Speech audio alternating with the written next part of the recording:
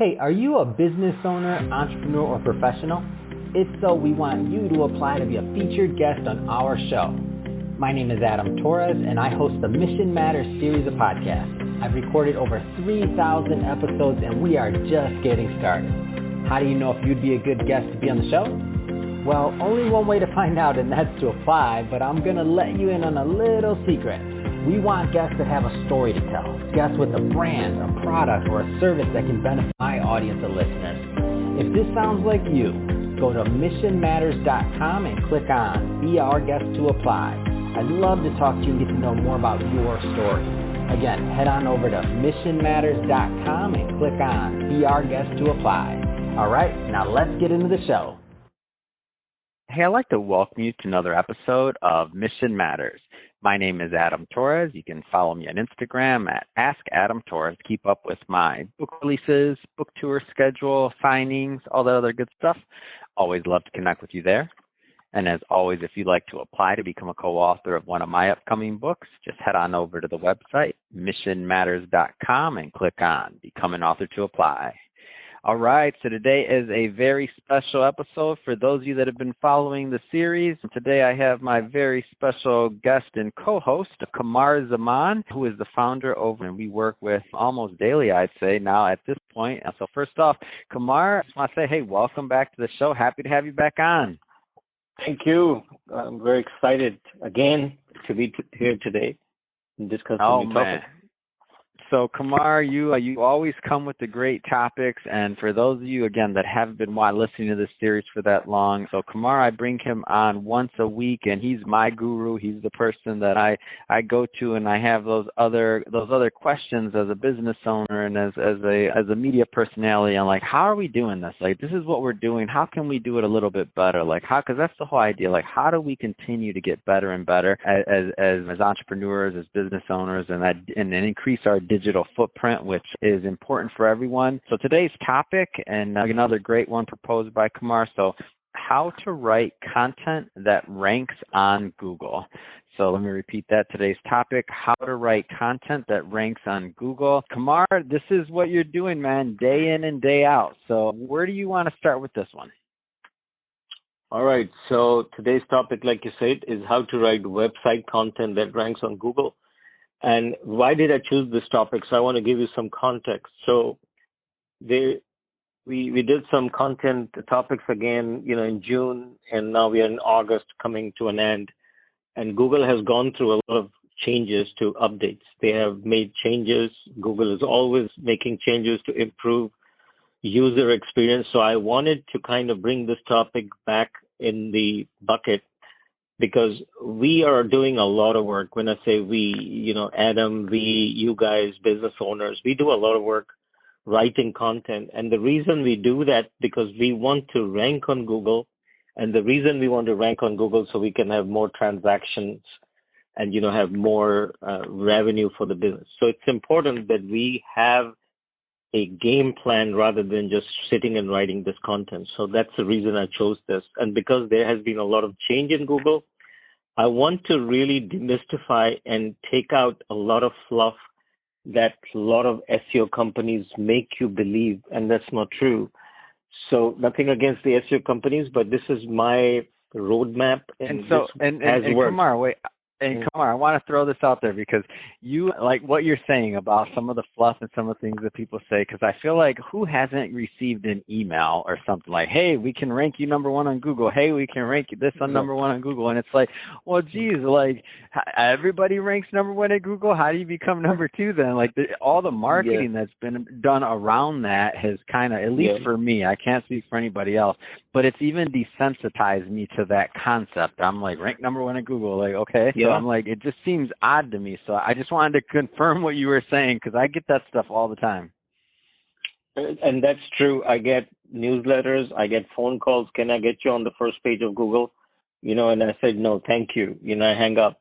So my content topic is not about how to rank first or number one on Google, but how to do good work so you will ultimately and always rank and not drop off. So I'm giving you some really organic guidance here, rather than I'm not giving you any recipe that you will be on first page and first spot on Google. That's not what we are covering here.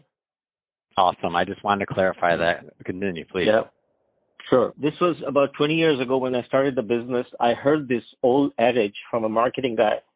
And at that time, Google was really new or starting off. And he taught me, he says, if you want to know how John Smith buys, you have to see the world through his eyes.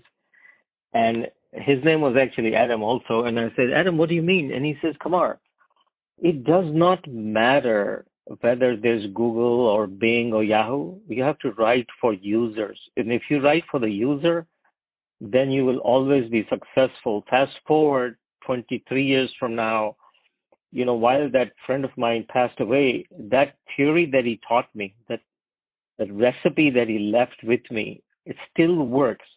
And we have gone through 23 years of Google, at least I have. And whatever he taught me, I followed the plan and it has not changed at all. So that still works while Google continues to do its thing. If you believe in that foundation that I'm giving you, I think that foundation will keep working no matter what. And we will be doing this another interview 10 years from now, and you will think, there's something new. So that's not going to change.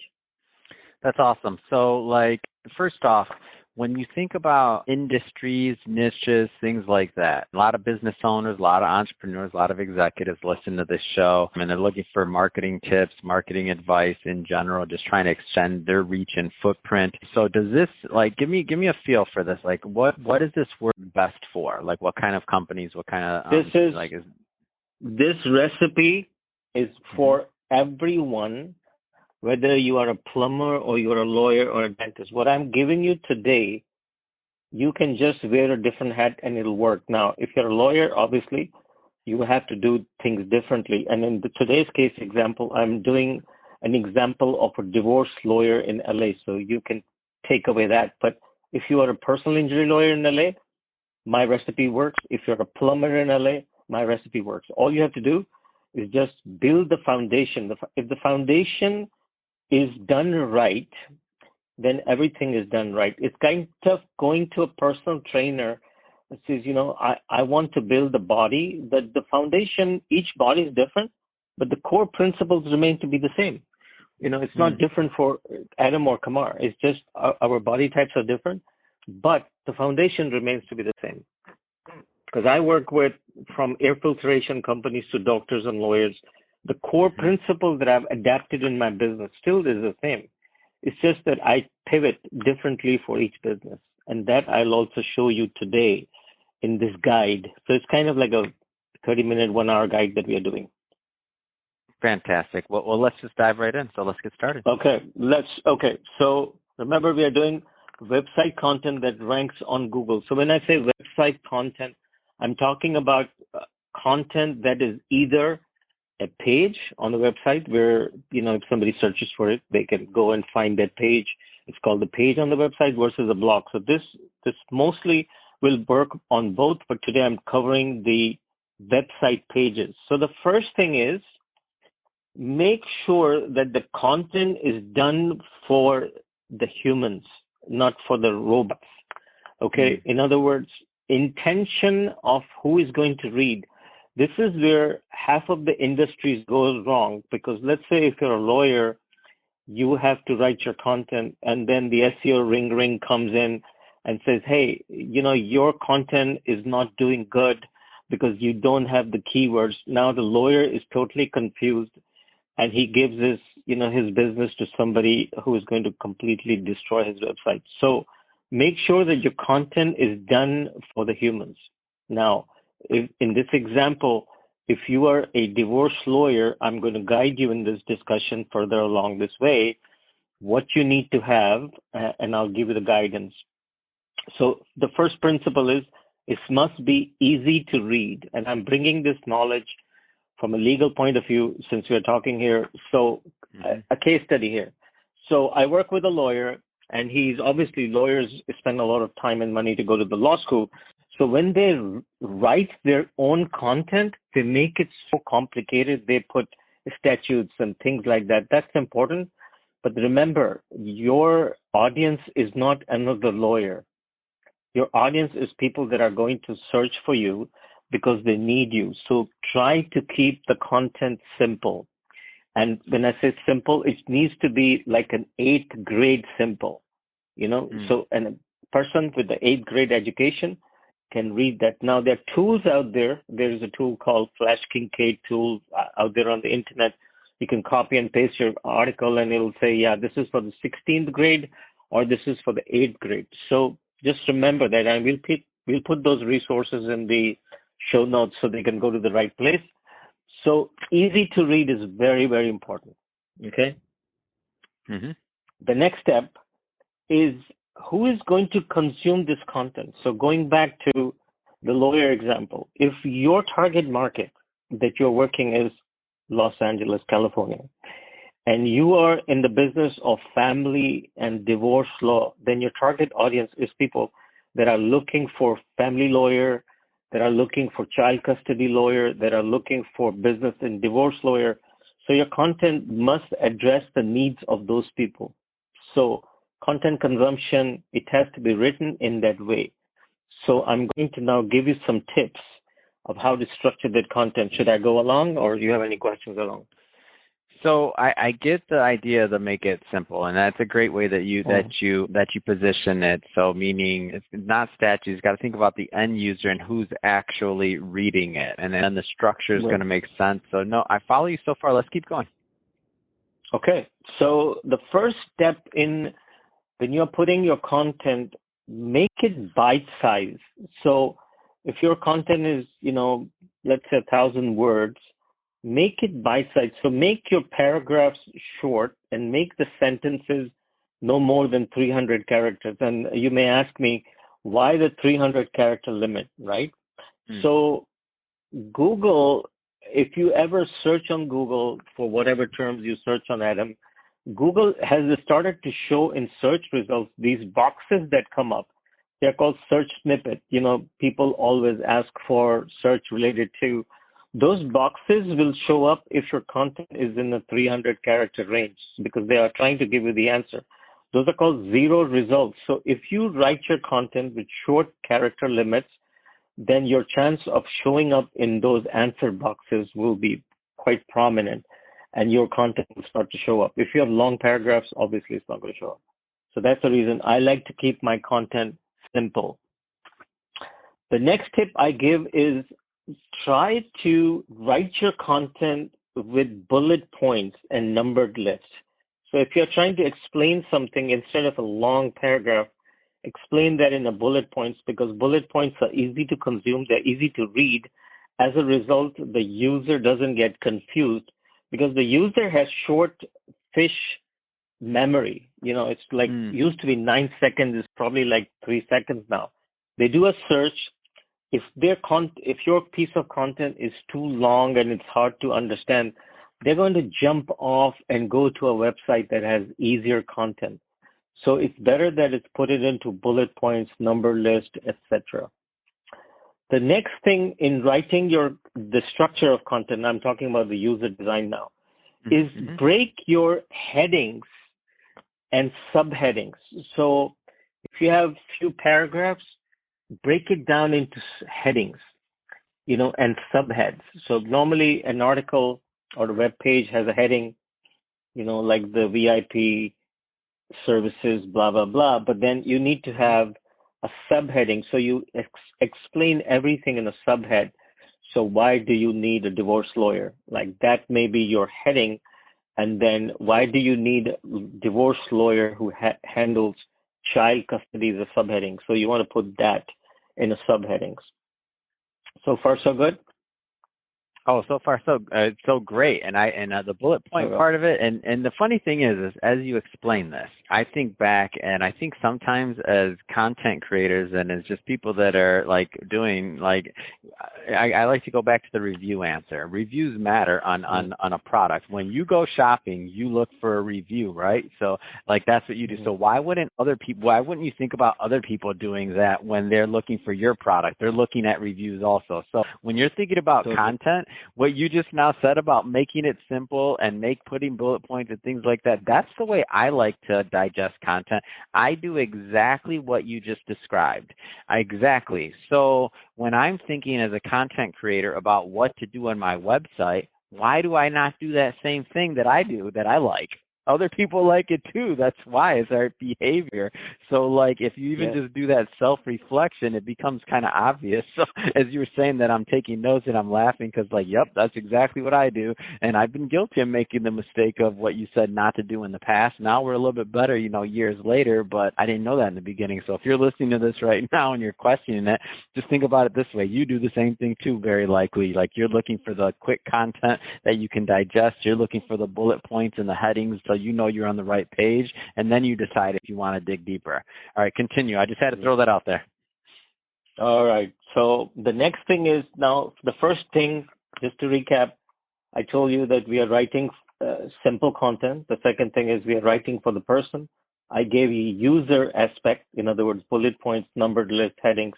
The next thing is now we want to think about the audience. Who is the person that is going to read? So in this case, an example, we are talking about a divorce lawyer's web page. So the first thing you always want to handle in a page that you're creating is who is reading it, which we actually talked about. Now, how does your law firm differentiate? Okay, the very first thing is, how does your law firm differentiate? Start explaining, instead of selling to the person, what is it that I should be looking at to see that Adam Torres is the lawyer that I want to go to. So explain, why should you be the one that I should talk to? So that's the how, right? The very first thing. The second thing is the moment you have interrupted me, okay, well, I have a lot of experience in divorce law. I have a lot of people, I even helped Tiger Woods' wife, etc. Example number. So now that you do that, the next thing, basically what you did was you suspended my belief as I'm looking on the website, because we normally come with beliefs and you have to suspend them so we can keep going. Now the person's brain is thinking, well, okay, Adam is a great lawyer. Well, will it be right for me? So the next thing I always put in the psychology of writing is, what is the pain of the audience? Okay, the pain is not, I'm not talking about the physical pain. I'm talking about what is it, the problem that you can solve uniquely for that person. So address the pain at the very beginning. In other words, what are the pains of people that are going through divorce? And this is better done by answering it through the questions.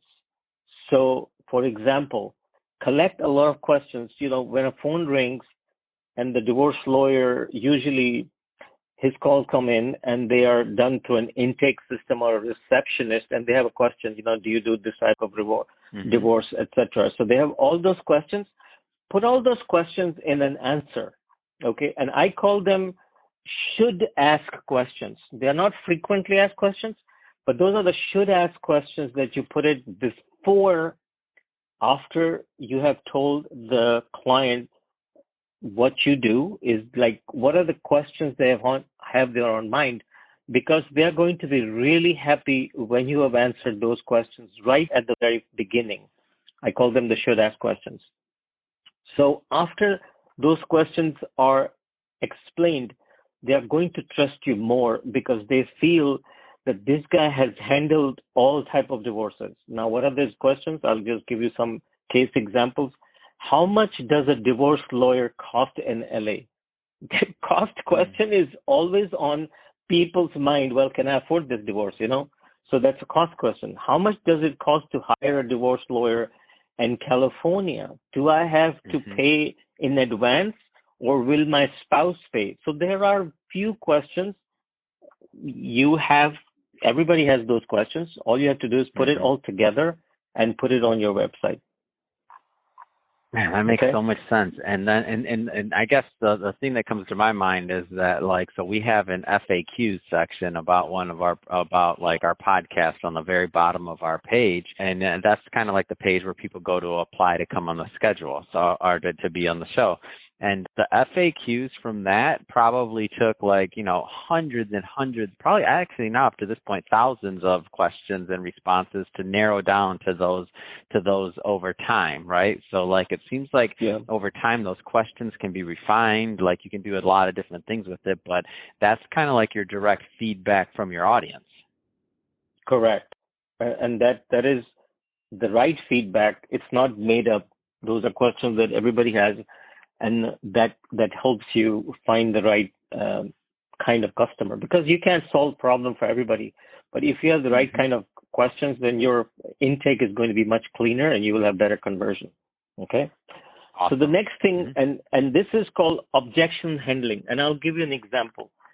So let me explain to you. So I used to work for a company that's called Oracle. They're a California-based company, one of the largest companies. And our company was the most sought out company when it was related to accounting software, or what's called the ERP world, enterprise resource planning and manufacturing. So when I joined the company, I learned their structure. And when I would go to the client, the biggest question the client, and I was not in sales, I was in implementation, but they would ask that question from the client salespeople, that Oracle is such an expensive software and it's such a complicated software that why would we pay for this software? Because at the same time, Microsoft had just released a product and that was easy to use. And our software was like $2 million and Microsoft was like $200,000. But companies needed Oracle. They could not. So their biggest question was, you guys are too complicated. Price was not an issue, but it was a too complicated software. So I came up with, after discussing with our lead team, and I said, you know what? We get this question all the time. What can we do to solve this? So we talked to the engineering team and they said, well, that's how we are. And that was their answer, that we are the best software company. And as a result, we are just too complicated. So that wasn't something I couldn't use. So I then talked to the sales team and they said that before you go to the sales meeting and they ask you that question, right away you answer that question. Hey, Mr. CEO, Oracle is not a cheap software and we are a very complicated software. But let me tell you how we make things easy. Because before they ask you that objection, you already handled that objection. And once you handled it the first way, they don't ask you that question because you kind of handle the objection. So in the same way, in your web copy, if you feel that your client will not be able to use your services because you are too complicated or that divorce takes too long of a time, answer those objections right away, because the person likes to understand that better, especially when they are moving away from one lawyer to another. They have already talked to a lawyer. That guy's telling them, it's going to be like 3 months, but he'll keep lying to them while you are saying, no, it will not take 3 months. It'll take a year, but this is final result. They much rather hear that in the right way rather than in the wrong way. So that always handles and it builds more credibility for the user. I like the mindset of doing this while you're structuring your content and while what you're creating, because it's really, when we think about the website content, it makes sense. Like it makes sense to do it this way and it's logical. And so I guess for the content creators out there and the writers and the people that are like planning this content out, it's kind of like just do what you would appreciate, right? Yes, exactly. And the next thing is the images. So I was asked this question today, and I'll give you some context. So a lot of people would build a page of content and they will put a picture of the CEO or the divorce lawyer. Yeah, that's important. You need to have some, eye candy for that. But another image would be if you put the image of, let's say if you have a graph or statistic data that shows that in California, It takes 6 to 9 months based on the data that you've gathered. You can use software like Tableau or Excel or whatever. You can plot that data and show it in an image because an image is easy to consume than reading the content because nobody wants to read statistical data, especially when they're getting a divorce. But if you show them in an image, they are easy to understand. The other benefit of the image is that because Google is universal, Google has content, then it's got images, then it's got the news, then it's got the videos. So your image also indexes that in the image search. So if somebody was searching for, best divorce lawyer in LA, and if your image shows up with some stats, you're more likely to click on that and then ultimately go to the resource page or the content page. So images are really, really good for that kind of user behavior. And of course, if you have any videos, podcasts like this, so if you have a client that you have done a podcast with, they need to embed that video right in that page. Even that it was done an interview with Mission Matters, Adam Torres interviewing, an influencer who's a divorce lawyer. Take that video, put it in, because that's going to help build your trust and the brand trust that you're trying to do. Awesome. So multimedia content matters. If you have a podcast, if you have video, if you have it then embed it. Awesome. Absolutely. Now, the next thing is when you are thinking about content, the very important thing that will take you a long way is you want this content to be found, because remember, our topic is how to write website content that ranks on Google. So you want to not rely after writing the content on the SEO guy, because the SEO guy will come back and he says, Adam, your page is great, but you don't have the right keywords, and this will take me months to rank it, and they're going to help you rewrite the content, and that's not good because now that all the work that you did is gone.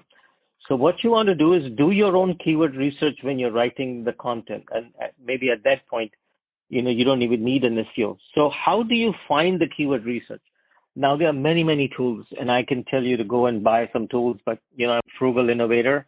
So what I do is open up Google. So when you write your content, open up Google and think like, what would you do to search for a divorce lawyer if you were looking for one? And most likely you're going to type, very first thing you're going to be doing is divorce lawyer in LA. So I did the same thing. So when you do that, right towards the end, so when you do a search, you go towards the end, you will see in Google will show you completely at the end before it shows you page 2, 3, 4, 5. It'll show something called related searches. Okay. And in the relate search, it will show you the terms that people are typing related to divorce lawyer in LA. So what's the one term that it shows you? It's called female divorce attorney, Los Angeles. So Google is telling you that if you're a female divorce attorney, use it. Even if you're not a female, then use it and say, hey, I'm not a female divorce attorney, but I can still help you with your case. So however you write your content, that is the term that you want to use. The next term is famous divorce attorney. So use the word famous. Use the word affordable. They are using free, near me, fees, etc., top rated, best, etc. So all the terms that are relevant to you, pepper them in the content so they read good English. You don't have to keyword stuff them, but you can do it in a manner that your content reads. And that's what you need to write your content. Okay? Man, that's great. And a lot of what you're saying, it's the fundamentals. I mean, it sounds like the fundamentals of what you should be doing. This is awesome. These are great tips. I'm going to continue taking notes. Keep going. Right. So after you have done, so you started with intent, you thought what your content is going to be about, you did your keyword research. After you're done with the content, now you need to break that content down into headlines. So your headline is going to be, best divorce lawyer in LA, for example, call Adam Torres. Okay. Now that's your keyword. Best divorce lawyer in LA is the very highly searched term. If you're a best rated divorce lawyer, because most lawyers have these ratings, like they're rated by big magazines, by super lawyers, use it. So once you have that term, then right below you explain everything that I've told you, and you have now prepared your content, and then the content is going to be ready. It's going to have all the paragraphs, all the keywords have been peppered in. You have put in your statistics, images, and videos. Now you go in and throw that content either through a web design team or an SEO team who you work with. Give it to them. At that point, your content is ready. In the next section, as we're going to keep continuing to do this, I'll show you, after you've written a good content, how do you get your word out so you are getting found on Google? Because there are two steps to the process. One step is on page. This is the page content that you are going to write on. The next step is, what is the next step you need to do to get this page found on Google? So 50% of the work is done. The rest will come to episode number 2, staying on the same topic, how to get found on Google with the right kind of content. Man, Kumar, you're leaving us with a cliffhanger here. Yeah. This is good. I'm like, man, I can't wait till our next episode to get into this side of things. But as always, teaching a master class. So, and obviously we covered a lot today, and I recommend everybody else watching this or listening to this also take notes, listen to this one again. This is a lot of content, very heavy and rich in terms of tips and what you should be doing. So what do you find?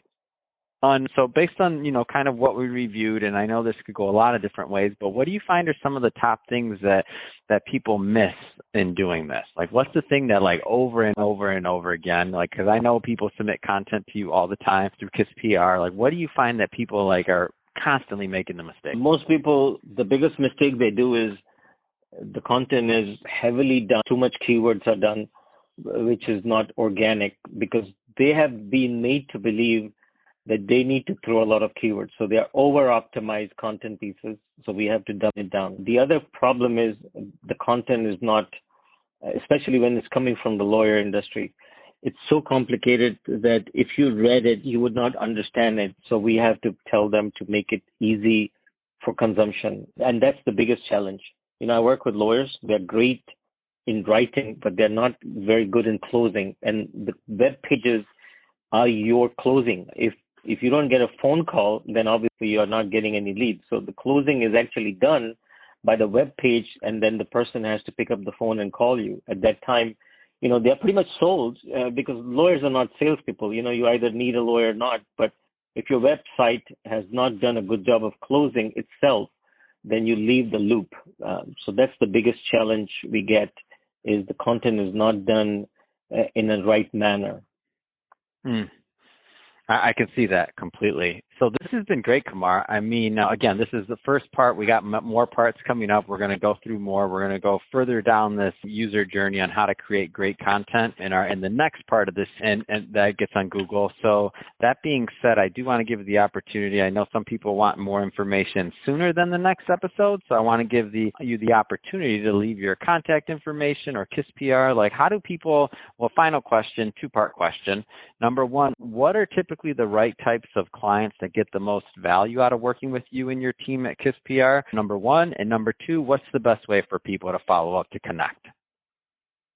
So to answer your 2-part question, I prefer clients where I can teach them and they can do their work. We don't mind doing the work for them, but these days it's a do-it-yourself type of people, because everybody's so smart that they can do the research. So we've tried to train people, and once we have trained them, then we can kind of handhold them. And once they have become first page on Google, they can just keep consulting us.